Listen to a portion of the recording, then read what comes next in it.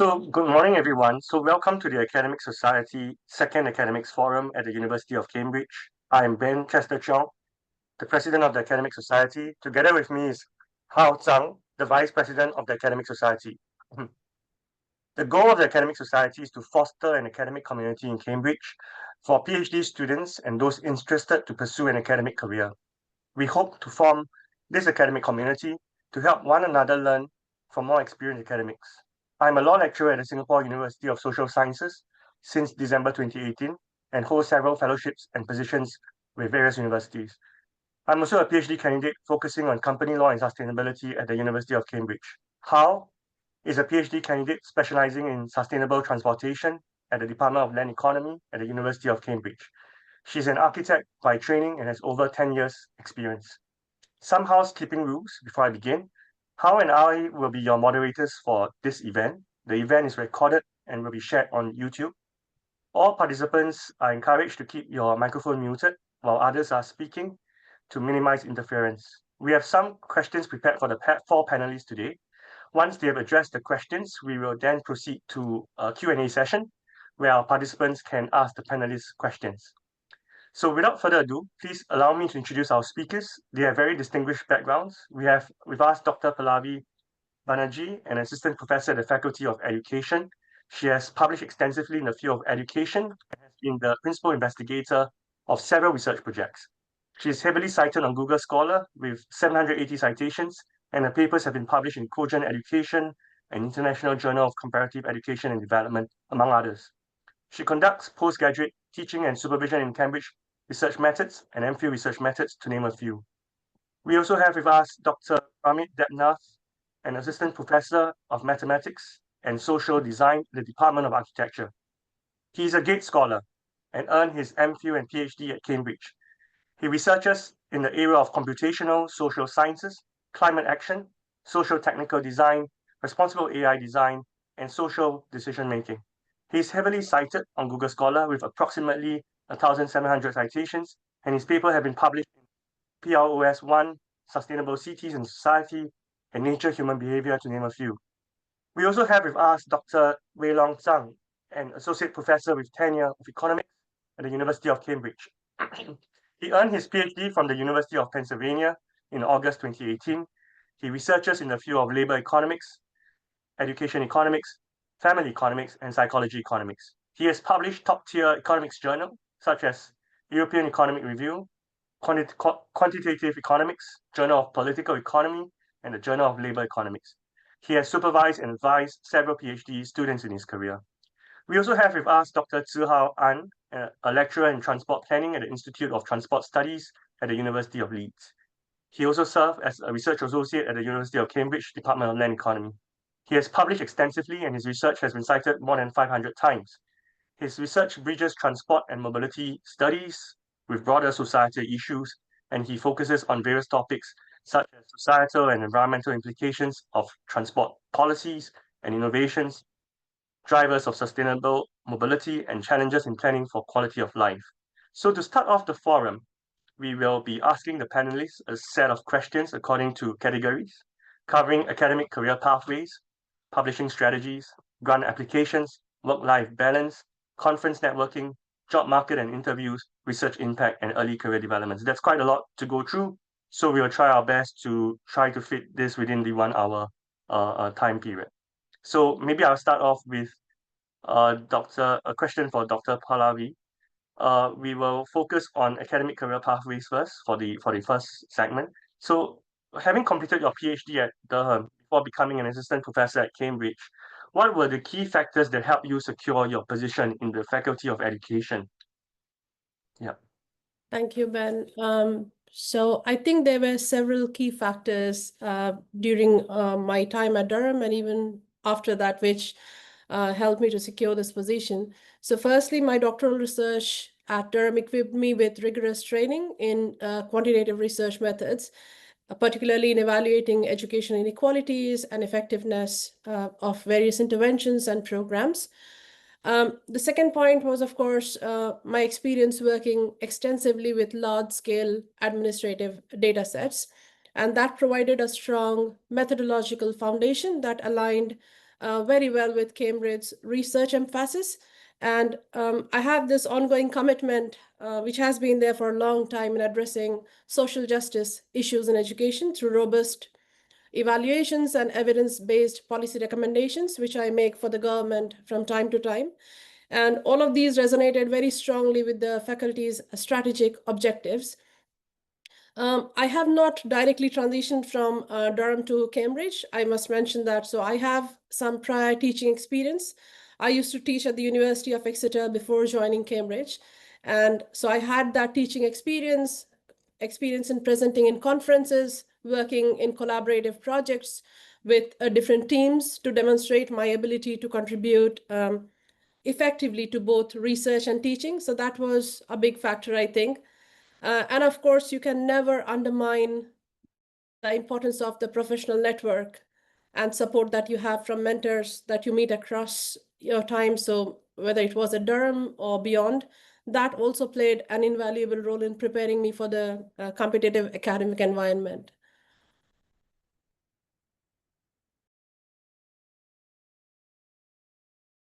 Oh, so sorry, I'm muted. Yeah, thank you for your insights. We'll move on to Dr. Debnath. As someone who completed your PhD at Cambridge and you secured an assistant professor position here, so what strategies proved most effective for you in making this transition from student to faculty, especially at Cambridge? Yeah, thank you. Hi, everyone. Nice to meet you. So a bit about my background before answering that, because that might help. So I'm trained as an electrical engineer and essentially then moved to the domains of social sciences and bringing in the methods that we would usually use in the domains of computer science and electrical engineer to understand this social challenge. And one of the things that really helped me in this transition is to pitch this message very clearly, like what new I'm bringing in to the program. And also, this transition happened in a way because Cambridge started this new degree, undergrad, called Design Tripos. So the whole idea was to bridge arts and sciences from ground up and from year one. And they needed someone who can teach maths, engineering maths, that's my main role, to architects and designers who and uh, like train them in the language they understand. So essentially this contextualization, I think that's something is quite important during the PhD training as well, like where we want to end up after the PhD and how to shape the profile as well. I think that really helped me in thinking through how to connect these interdisciplinary dots. Okay, thank you. How to? Yes. Next question is for Dr. Weilong Zhang. After earning your PhD from UPenn and now serving as a tenure associate professor at Cambridge Faculty of Economics, what advice would you give to PhD students looking to build a transatlantic academic career? Well, okay, so maybe there will be many dimensions. I just try to be brave. Our faculty actually has a tradition to place our students to US institutes. So one thing I think is quite important is you start to build up your committee in a more diverse way. So one advice I will give to students is, for example, you can choose to exchange to a US university for one semester or one term. Then you can find some advisor there, because in our profession, network is important. So it's very important to have someone who had like more US-based network to advise you, like and then try to sell you on the market. But then we also have students who want to seek for jobs in the Asian market, right? So in that case, I will say like early visibility is kind of important, meaning that when you have your job market ready, maybe during the summertime, you can choose to attend some kind of conferences and talk to the professors in Asian universities, because to them, your commitment matters. So when you once say have a cheap talk to say, I want to go to your place, they don't really know whether it's just a cheap talk or it's a serious signal. And they build up a personal connection might be help to make sure they actually know you have a serious consideration in terms of geographic preferences. Yeah. Thank you for your very insightful suggestions. And now it's question for Zihao. As a lecturer at Leeds Institute for Transport Studies, how does your specialized field influence academic career progression compared to more traditional disciplines? What do you mean compared to more traditional disciplines? Can you be more specific? For example, disciplines of planning. I think there might be some. I know there are some overlap, but there are some differences, right? Yeah. There are some differences, but I have to say, I don't treat these these fields quite differently, because when I do my research, or when I try to deliver my impact, I try to work with people from different fields and try to use these interdisciplinary approaches, because I found, for example, I found this is quite important when we want to get a job or apply for funding, because now in the UK, especially in the field of transport, I found those projects are highly, you can see a lot of big projects, and in these projects they have different work packages, so you kind of need to understand, these work packages are quite different. They are based on different theories, they use different approaches, so it's kind of different. Well, they also use different approaches, so I think it's kind of important to understand the linkages between these fields. So for me, I do not see myself as a transport modeler or a geographer or a planner. I try to combine these different ways of thinking when I do my research. Although I understand this is highly difficult, and sometimes I also understand that people tend to say that you're going to have an identification or a brand for your research. For example, someone may be famous in doing transport-related social exclusion, this type of topic. But for me, I found, it's kind of difficult for me to limit myself within a specific area. I just try to, expand my area as much as possible. Thank you. I think we are moving on to our next questions. So we'll move on to the next one on publishing strategies. I think all our panelists here have a good Google Scholar profile, so I probably want to hear more in terms of, for someone in the society, if you are PhD students, how do you actually find time to actually publish and build your Google Scholar profile? So I'll just ask some specific questions. So for example, the first question to Dr. Pallavi is that what publishing approaches do you recommend for early career researchers in education, for example, regarding the balance between your theoretical and your empirical work? Because I see you serve as PI for a couple of projects as well. So if you can probably share some insights, that'd be very helpful. Thank you, Ben. I think to start with, it is extremely important to establish a clear scholarly identity early on, and that comes, of course, by consistently publishing on themes which you want to focus on. So I started doing that by writing papers on education inequality, social justice, and policy impact. And over time, I have built expertise on these topics. One of the things I want to say is in some fields, it is theoretical work, which is important. In some, it is conceptual foundation. In some other places, it is empirical work, which is valued more. In my field, in early career stages, high quality empirical research is essential for demonstrating methodological skills, analytical rigor, and the ability to contribute to concrete findings to policy and practice. And I started doing that by demonstrating my expertise in quantitative methods and large-scale data. I have used over time these empirical findings to test, refine, and challenge existing theoretical frameworks. So for example, I have done a lot of work around degree awarding gaps, how students go on to, what kind of degrees do they go on to achieve once they have completed their undergraduate courses, and are these in some ways linked to their socioeconomic disparities? So that was one of the things I did for challenging existing theory. based on evidence, through evidence-based insights. So one of the other nice pieces of advice I had myself received from a mentor early on was to target high quality journals. So we often think when we are an early career researcher, I always used to think, why would a top journal publish my piece? But I think that has worked really well for me. I was advised not to start from the bottom, but start from the top.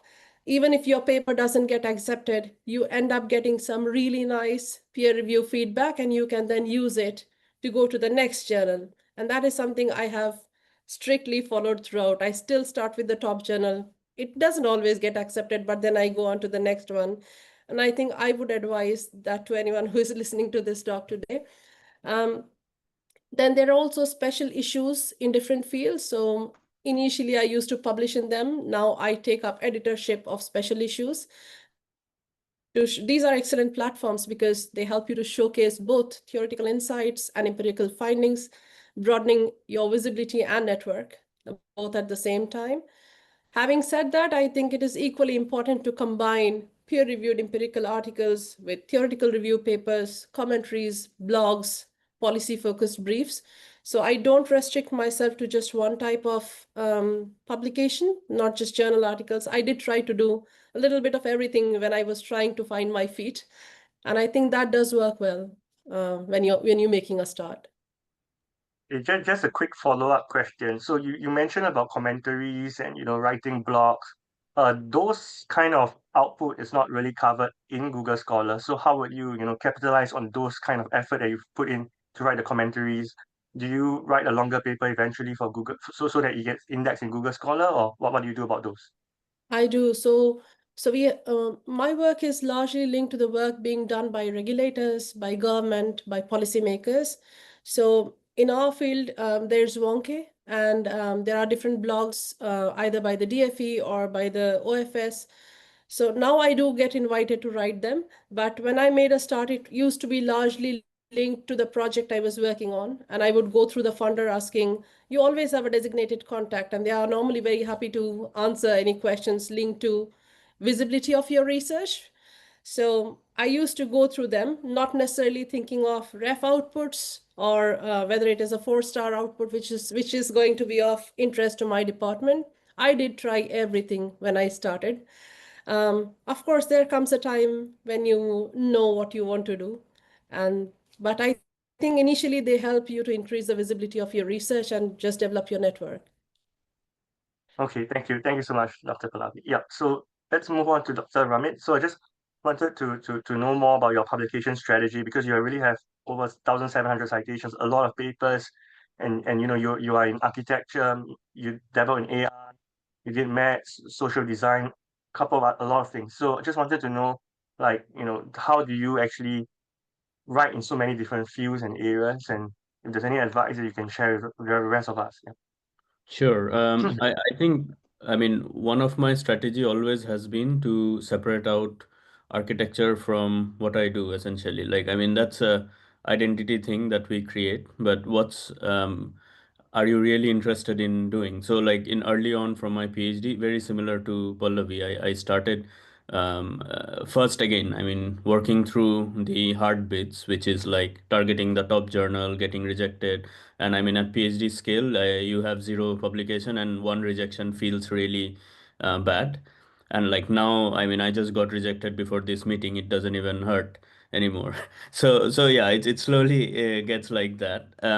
But yes, I mean, my mentors have always also told the exact same thing, like target the top one. And for me, it was even more difficult because essentially I don't have a field. Like it's in different places. Like in broad terms, I have environmental science in the broadest sense. But even within that, I specifically focus on social dynamics.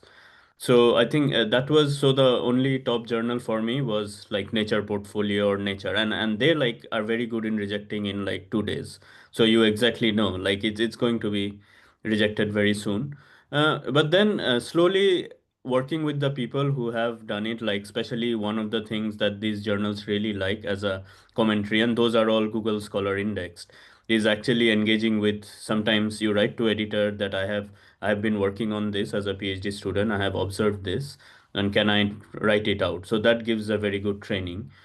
And also, like, I have always in my PhD tried to separate out some theory conceptual work, because I worked a lot on energy justice as a topic, and then on more data science, which is how do I use natural language processing. So again, these are two distinct fields, trying to merge it. And yeah, so I mean, that strategy helped me, which is one is not shying away from targeting the top places, and having that in your mind that you are going to be rejected perhaps, or maybe not, which is great if you get some reviews from there.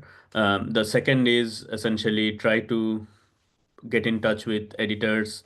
Sometimes they reply, sometimes they don't. But if you have a idea or a good story to tell, they would really appreciate a early career PhD student reaching out.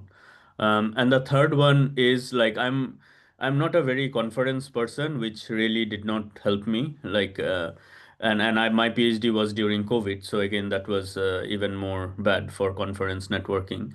But what helped is looking at within Cambridge places. Like there is this Blue Sky magazine, which is a kind of, it's a commentary piece style of magazine where you could write. In Gates, we had the Scholar magazine, which again was quite good to write this kind of stuff. And now, especially in my field, which is more in the broad sense of climate and environment, there are lots of Cambridge journals. So these are again, you won't get job because of that, but that shows that you are still writing up. And the other one is also how department and the PhD committee sees as the output. Like some departments are very specific that thesis has to be written as chapters, not papers. Some are hybrid. So again, looking from your departmental, I know from land economy that it's both hybrid is allowed in some cases.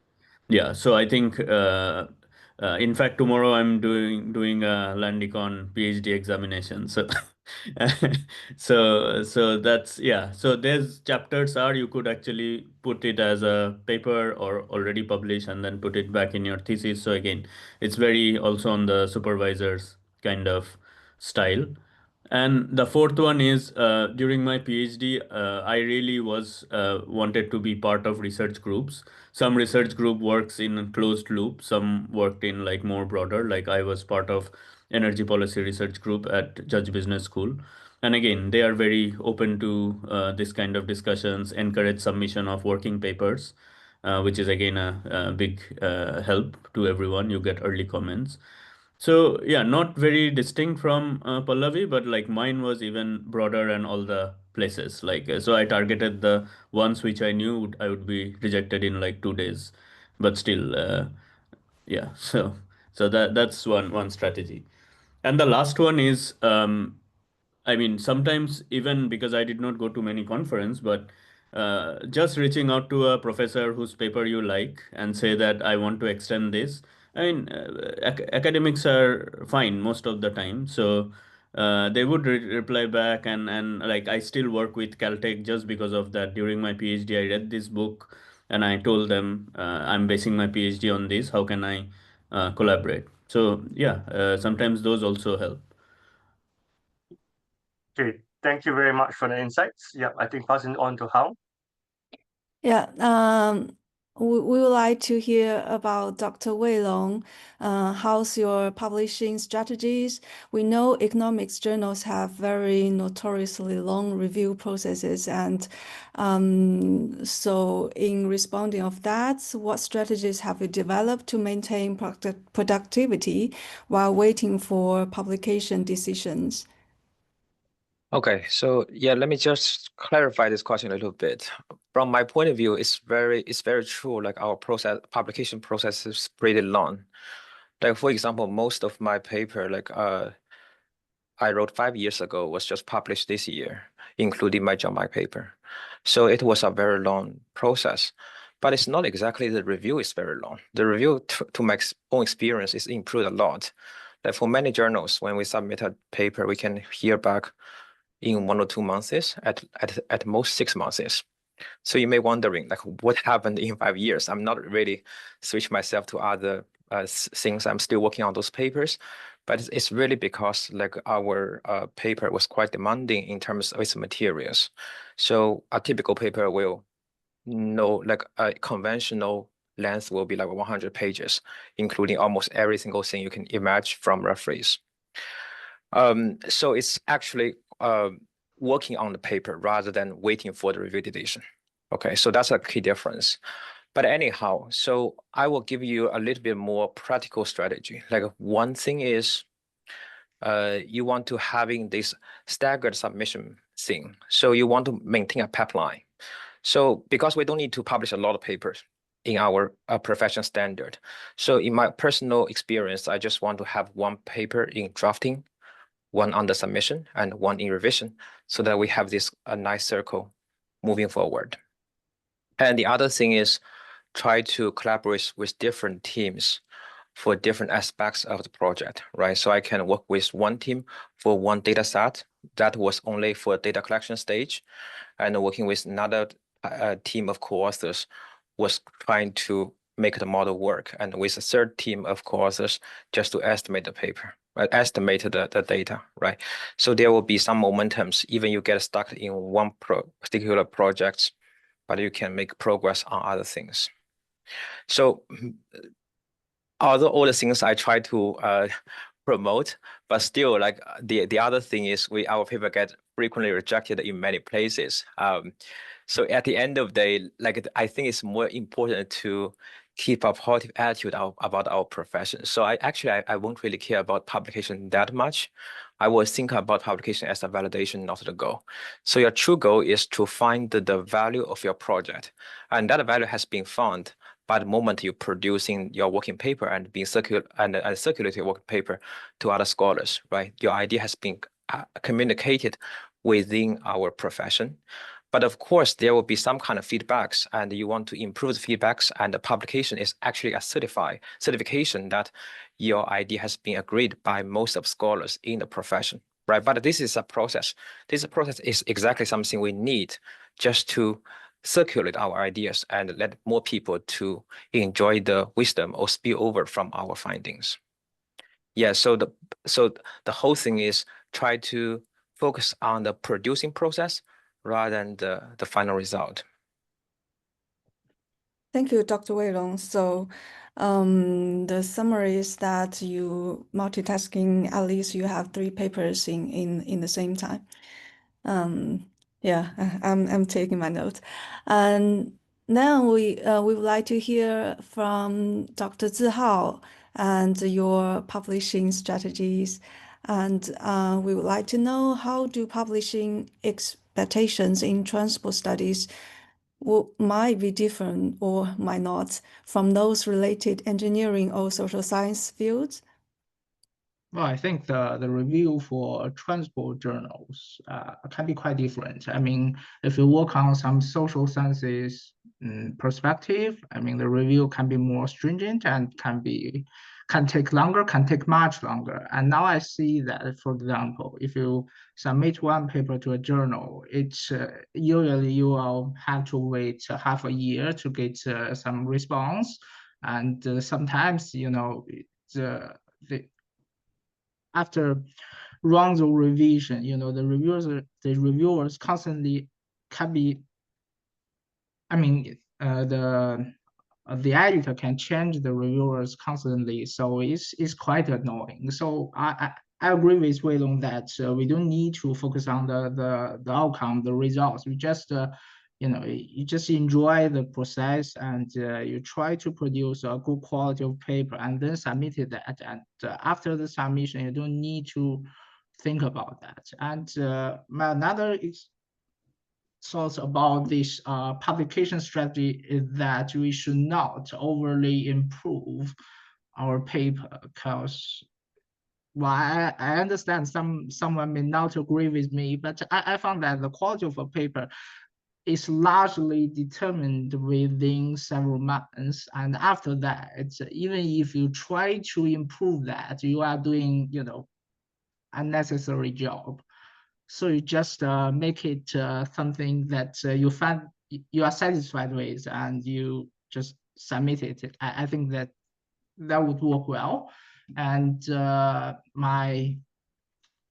here's also some thoughts about the journal. So I think if you if your paper is of good quality, you will get published in a good journal. Maybe not the one you aimed for at first, but somewhere that still reflects the quality of the work. But if you are trying to target a very specific journal, that's a whole different story. Then you have to think carefully how to frame the paper, and because different journals have different styles, audiences, preferences, and even if their scope can be quite similar. So if you want to publish in a particular journal, one of the most straightforward strategy is to make sure your paper aligns as closely as possible with that journal. But my point is that what's the point of this? I mean, if you just try to publish a paper in a very specific journal, I don't think this is the purpose of you doing research. So I think for us, the first step to publish or to submit a paper is to try to improve the quality of the paper, and then you have a variety of choices. You don't need to focus on one specific journal. I think, yeah, that's my thoughts. Thank you. A quick following questions. Do you have a strategy for selecting journals once your part of your research project is done? Do you start from what they shared is from top journals, or you aiming for a specific journal in your field? Yeah, I do have a strategy, because I can only talk about the field of transport. Well, in our field, we have several journals which are equivalently good. So there's no top one journal, no top two journal, which I think is quite good. So I just I choose the journal based on the audience, based on the topic of my research, and based on the audience. I kind of have an idea about the audience of each journal. So if, for example, if my paper is more policy oriented, I may focus on, I may submit it to transport policy or transportation research part A. But if my paper is more method wise, then I'm not sure, because there are so many method wise journals. So I think it's all about audience, but I have to say in the field of transport, there are no big differences. No big differences. I see. Thank you. Now we move on to our next question. Okay, so maybe I'll just keep on grant application and research funding and work-life balance first. I'll go straight to conference because it's quite relevant to whatever we have discussed. So I just wanted to ask Dr. Pallavi, so which education conferences have you found most valuable for career development, and how do you maximize their benefit in terms of conferences? Like, what kind of advice would you give to someone who's new to the conference circuit? So thank you, Ben. So in education itself, there's the British Educational Research Association's BERA conference, which I used to go to every year. And while I was a PhD student, I did present few papers during my time. My idea was to get some feedback before I go for the Viva. So I was going every year to get the feedback and network. But like another colleague mentioned a little while ago, when I started, I used to be quite shy and I wouldn't talk much. So I was not very sure people I approached would be equally happy to talk to me. So there were some inhibitions initially, but when I started going, and the more you speak to people, you realize if you have found a particular paper interesting, you go and talk to the author in those conferences, or if you have shared interests, you go and speak with them. They are normally always very happy to talk about the work they have done. So I think over time, I learned how to network, and I found BERA conference particularly useful. There is an American equivalent for BERA conference, which is the ERA conference. I also went to the Society of SRHE, Research in Higher Education. So those are largely the two UK conferences I used to go to. I've been to a few organized by the Office for Students, but that's all about it. There comes a time when you think you can keep going to endless conferences, but you will find your home eventually. You know where people who do research like you do, present and come to those conferences. So once you have found that right place, I think I like sticking to that. So that's what I do at the moment. And so just a quick follow-up question. Do you think there's too many conferences that you can go to, or there are too many conferences that one can actually go to, or is there a upper limit or a lower limit as to how many conferences should you attend? I think people's perspectives could be different, and what they gain from those conferences could depend to a large extent on what they're hoping to achieve from them. I personally do not go to too many. So earlier I used to go to the BERA conference every year. So BERA used to be in August, September time. So it used to be a good time. I do have children, so it would be fine. Just the start of the term, I go and come back on the same day. It's either not too far to travel. I don't go to too many myself. Yeah, I just think this is how it works for me. I have found the people who in my field who work, and I go to those conferences to network for different purposes, could be related to funding, on collaborating for a paper. So that is how I have done it. Thank you. So Dr. Ramit, just because you are a Gates scholar, and I noticed that you have actually published quite extensively even during your PhD days. So maybe you can probably share with us whether, going for conferences actually contribute a lot to your publication visibility, or do you think that conferences can be sometimes counterproductive? So what are your thoughts in terms of conferences?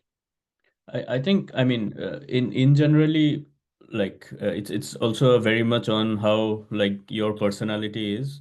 Like if you are a networker, natural networker, then conferences are amazing. I get tired after meeting 10 people, and so then that's my limitation. But yeah, I think depend, like I have worked with a lot of psychology colleagues, and for them some of their conferences are very important, even as a transition from PhD to next step. For me, I mean, not really. Like again, I mean, my limitation at that time was COVID, and instead of going to conference, I thought I'll just publish them as papers and get the same feedback. Although it's slower, but that's fine. So that worked for me. One thing that really helped me was this global young scientist summit, which always happens in Singapore. So that was quite good if you are especially targeting a more interdisciplinary context and crowd. So that really helped me, and that's something I went, and the day I returned, everything stopped because that was lockdown period from that onwards.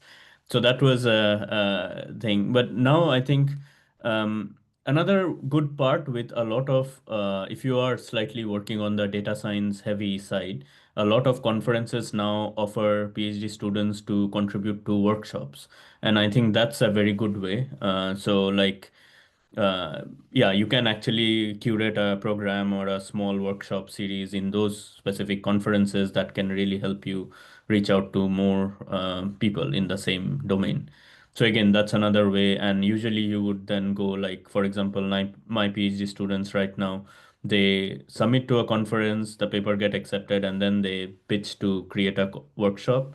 And then that's, again, I mean, it's a balance between also managing the cost of going to that conference. So that's been one strategy. And again, like too many conference has always been overwhelming for me. I mean, within Cambridge, and forget about other places. So that's a thing. But I think, yeah, it's balanced. Like many papers that I have written, especially if I'm doing it like a new method applied to a specific context, that would need a bit more feedback before even sending to the journal. So usually those helps, even getting verbal feedback from audiences. The other way that I have seen balancing conference is also seminar series. So I mean, in Cambridge, you have so many seminar series. You can get in touch with the organizer and present. Like that really helps you also prepare to talk to audiences. So I think that's a good thing about Cambridge. Like even you organizing something like this, I think those really help in building that. So I'm not against conference, but yeah, I don't do much. Yeah, I probably share the same sentiment as you, because I'm not a just mixing with too many people just gets quite draining after a while. So I sort of agree. Okay, so now move on to Hao. Yeah. Yeah, Dr. Weilong, We know that economics have several prestigious conferences, and we would like to know what strategies have you helped to secure speaking opportunities at these prestigious conferences? Are you going every year, or what other things you would like to plan with this? Okay, so first I'll tell you my strategy and then I tell you my opinion. So in general, if you really talk about this very prestigious conference, like say the NB Summer Institute, let's take this example. The most important thing is you are recognizable in the area.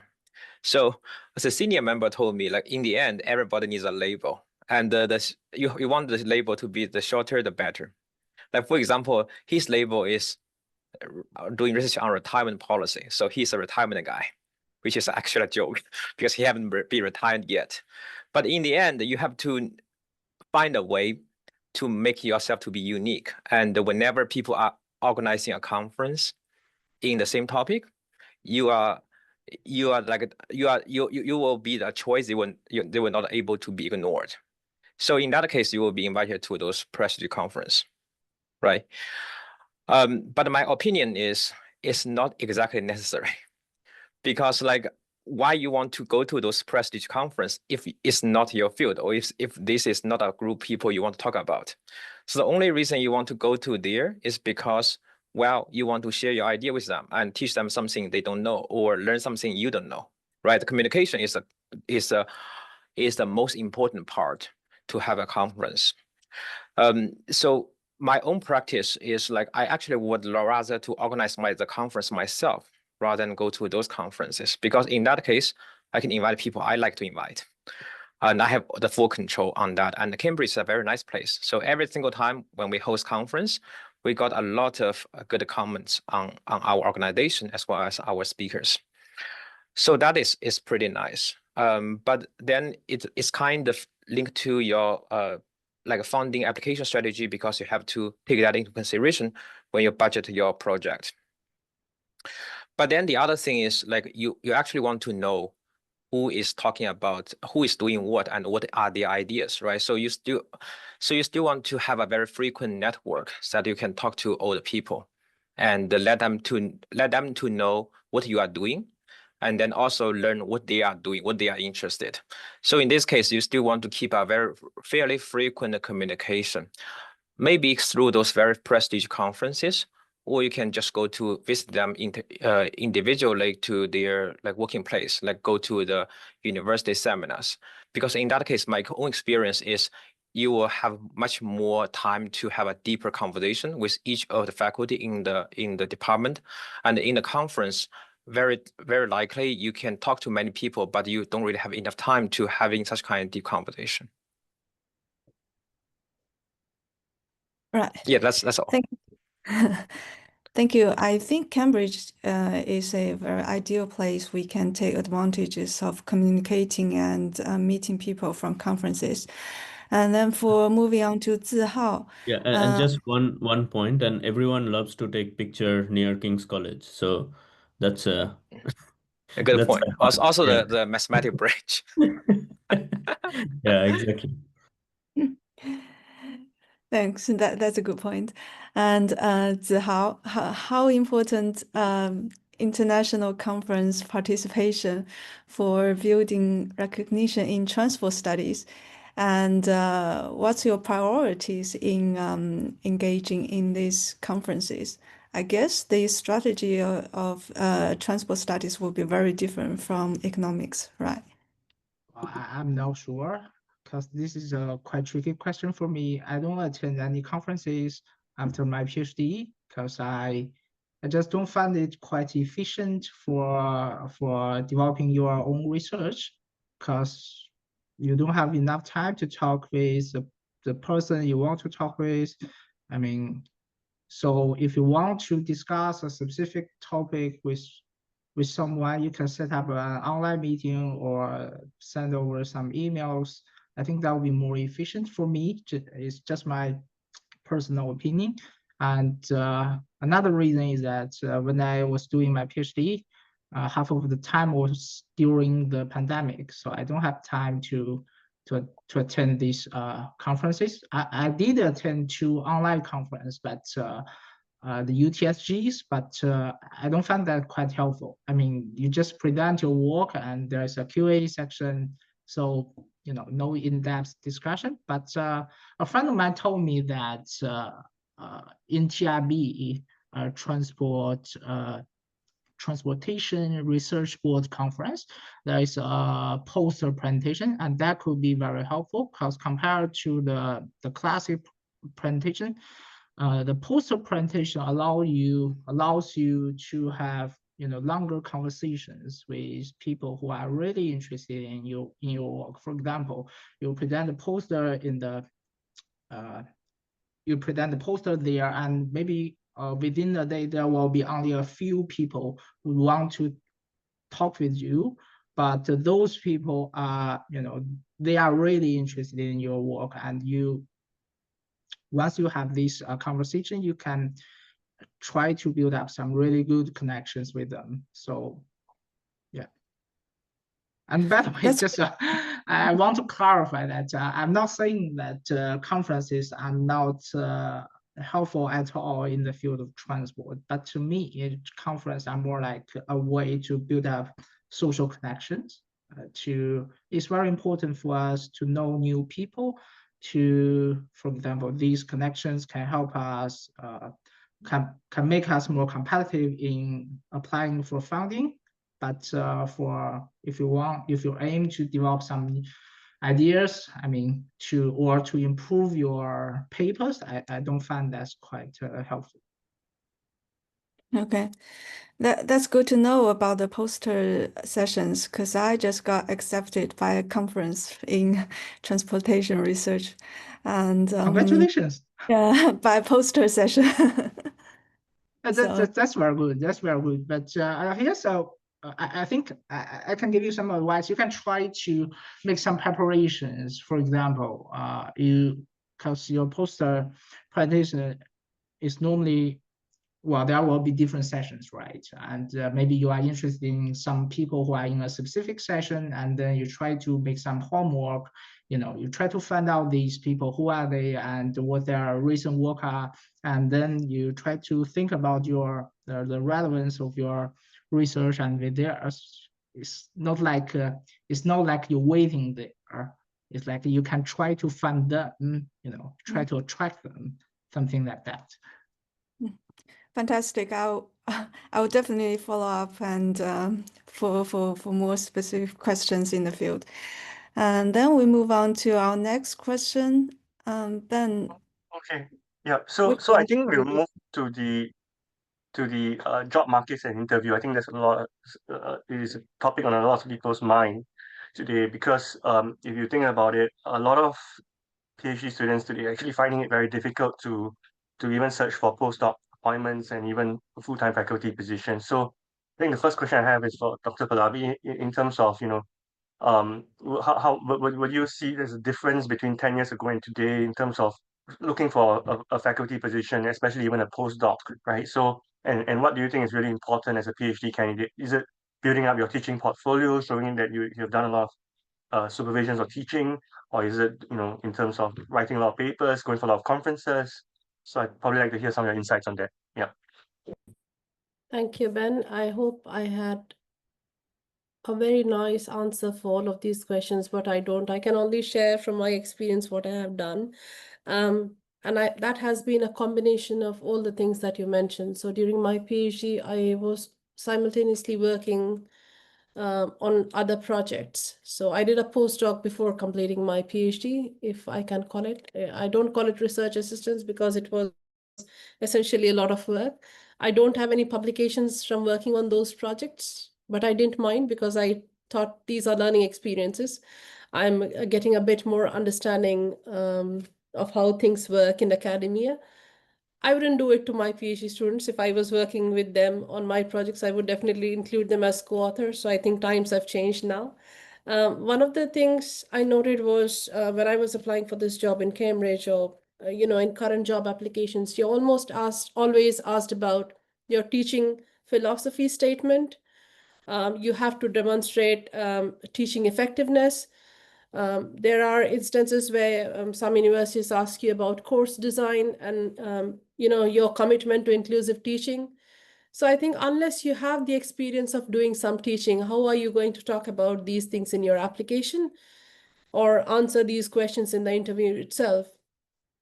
So universities, I'm not too sure whether all universities do it, but some universities run these courses where you can earn an additional certificate to demonstrate you have experience of teaching in higher education. And you are also able to do some teaching. I think that can be a very valuable experience to have. You do your PhD, but if you have some experience of working either in your supervisor's projects or with other experts on their providing research assistance on their projects, I think those are all very valuable experiences to have.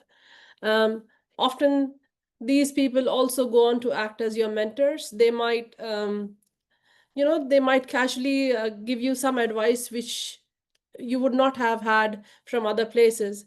And it helps you to demonstrate your academic and professional understanding of how things work. So I think those are key points to look out for, in addition to just having your PhD degree. So any kind of experience is always good to have on your CV when applying for jobs, I think. Thank you. Thank you, Dr. Pallavi. So for Dr. Ramit, just wondering, you work in the section of architecture, data science, sustainability. So in terms of what kind of academic outputs or interdisciplinary experience do you think would strengthen an application for a faculty position in architecture, for instance? Yeah, I think what Pallavi said, I mean, those definitely builds on. I'm not repeating those. But Yeah. one thing that really helped me within Cambridge is there are lots of small grant for PhD students. And even if you can get one of those with respect to another faculty here, so that again shows that you can get grants. I mean, yeah, of course, no one is expecting to you get like millions of pounds in grants as PI, but as a PhD, it shows you know how to write grants, get funding for like even if it's a travel, even if it's organizing a seminar series. So that really helped me. Something here, it's the energy IRC small grant. So that's very focused on energy. So that really helps, and they love interdisciplinary audience. So that one point. The second with teaching is again like same here. Like in every job application, they would really. I mean, if it's specifically if you are applying for Oxbridge, like they are very heavy in teaching, and then they really like to see both small group teaching, which is the college supervisions, and large classroom teaching. So college supervision for PhD student, it's straightforward to get. So your supervisors can arrange that for you, or you talk to people in college itself. The large group teaching, even if you are doing a guest lecture in a seminar on a similar topic, that counts. So those are really helpful. And also sometimes, I mean, I got in touch with people in Carnegie Mellon University who were at that time looking for some guest lecture on energy and like engineering and public policy kind of domain. So that also really helped me again. I mean, just a guest lecture online. So those things really help in package. And the other part is which no one really explicitly talks about, but it's necessary. I feel more and more is academic service as well. So yeah, once you become a faculty, there are your time is all also a lot on committees that's there, and those are very critical as well. So again, I mean, you are doing this, that's itself is a service example, doing a forum like this, creating something as a event, and those are quite important. And other part that helped me in this transition was also as a PhD, you can supervise undergrad dissertation, like fourth year. So again, that's a supervising experience of a small research project maybe. So that really helps as well. So yeah, I think having these four kind of broad sections, one is like teaching, the second is ability to get some research grant, even if it's small. The third is more towards some admin experiences like this or leadership experiences. So they really help. Okay, thank you, Dr. Ramit. Yeah, our next question is for Dr. Weilong. Being in the faculty, I'm sure you've been sitting in the hiring committee before. And what has your experience in this kind of serving on hiring committee in economics? And what distinguishes then a standout candidate? Okay, I think there's like 2 steps. So the first step is screening, right? So, and in that step, once you're on the demand side, you will start to realize how random this application process could be, because like in the screening, like we are essentially looking for someone can fit into our needs, and the most part of the needs coming from teaching. Like for example, this year we are hiring someone who can teach data science, because we just opened the data science master program. So we need someone to teach that.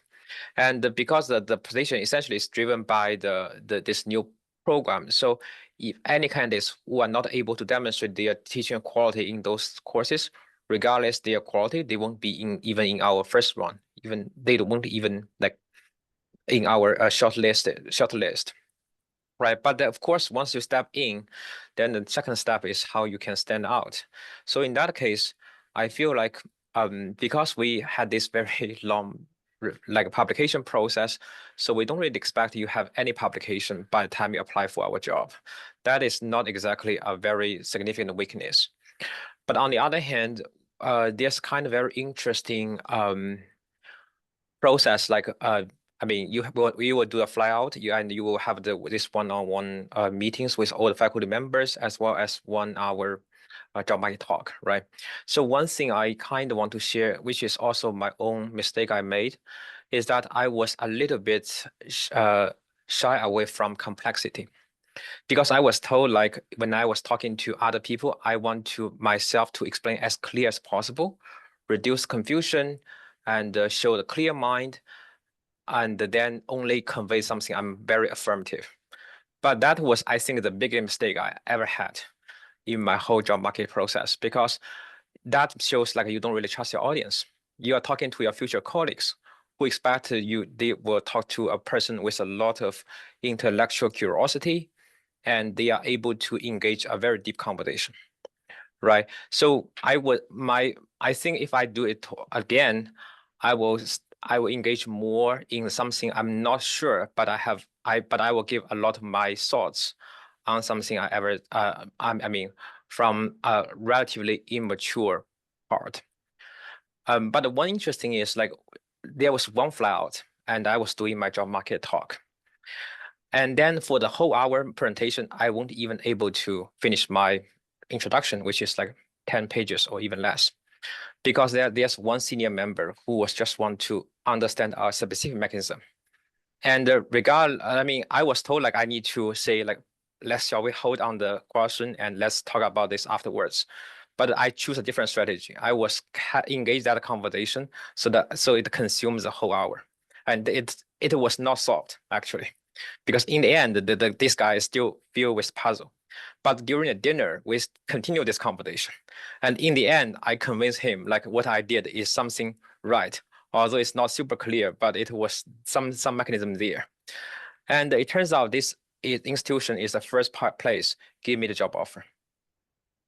So I'm pretty sure I did a very bad presentation for sure, because all other people will have no clue what is the whole piece of my work look like.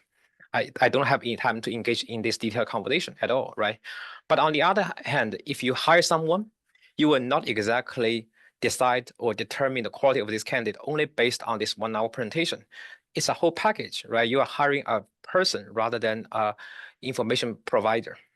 So there's some kind of synergy or dynamics between people.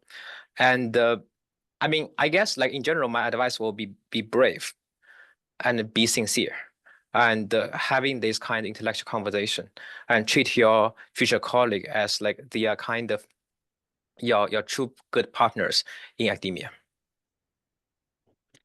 Thank you for your valuable sharing. And for a question for Zihao, I know you finished your PhD in University of Leeds and you returned to Leeds to be a lecturer. And as someone who returned to their PhD institution for a faculty role, what do you think there are advantages or challenges of staying or returning to your alma mater? Well, I think the biggest advantage you will have is to have some internal information. For example, I think one important factor to determine whether you can have a job is to understand what the key qualities the higher institution is looking for. And this is something, well, in most of the cases, we'll never know. Well, I understand that there may not be a one specific quality, but some hearing committee, they tend to have a range of criteria in mind. So you can try, if you know which criteria they are looking for, you can try to highlight these in your CV or in your cover letter or during the interview. So if you have this type of connection, so try to use that. And yeah, these are my experience, because when I apply for my current position, I kind of understand that they are looking for someone who studied transport related social sciences and who uses primary data. So I try to highlight that during my interview, and I think it goes well. And I think all these elements, all these factors that can influence your performance in the job market have been highlighted by by the previous three.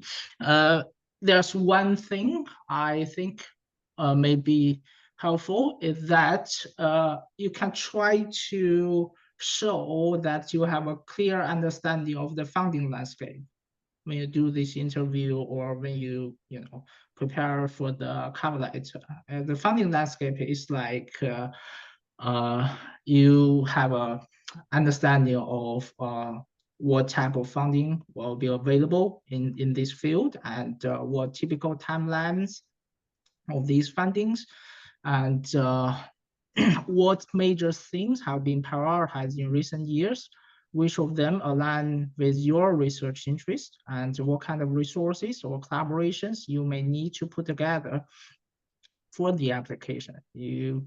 And based on this understanding, you can try to start building a plan, a short to mid-term plan for funding application. And you can also indicate a longer direction. I think that would be really helpful. Thank you, Zihao. As our time is about to end, I would like to give a closing remarks. Thank you so much. Sorry, before how does the closing remarks, maybe I just ask the floor whether anyone has any questions. Jensen, do you have any questions, or anyone for the panelists today? Okay, just give some time. If not, I'll just like to do a very quick screenshot. Yep, so that we can so if you can turn on your cameras, whoever is around. I just count to 3 and I'll press print screen. Okay, so give me a minute. Okay, so 1, 2, 3. Okay, so I have the yeah, okay. So how you can proceed with the closing? Thank you so much. Thank you everyone so much to our panelists for their very thoughtful, generous insights. This forum has taken us through a very rich journey from publishing and conferences strategies to job market and interviews. So if there's any takeaways, it's that there are no single path into academia. Each discipline and institution presents its own challenges and opportunities. We hope this session has given you some clarity and encouragement for your own academic journey. Please stay in touch with the Cambridge Academic Society for future events, and don't forget to follow up with panelists or fellow attendees if something today sparked your interest. On behalf of the Society, thank you again for joining us, and we wish you all the best in your academic careers. Thank you so much. Thank you. Thank you. Okay, Thank you. thank you. Have a nice day. Bye. Yeah, bye-bye. Bye.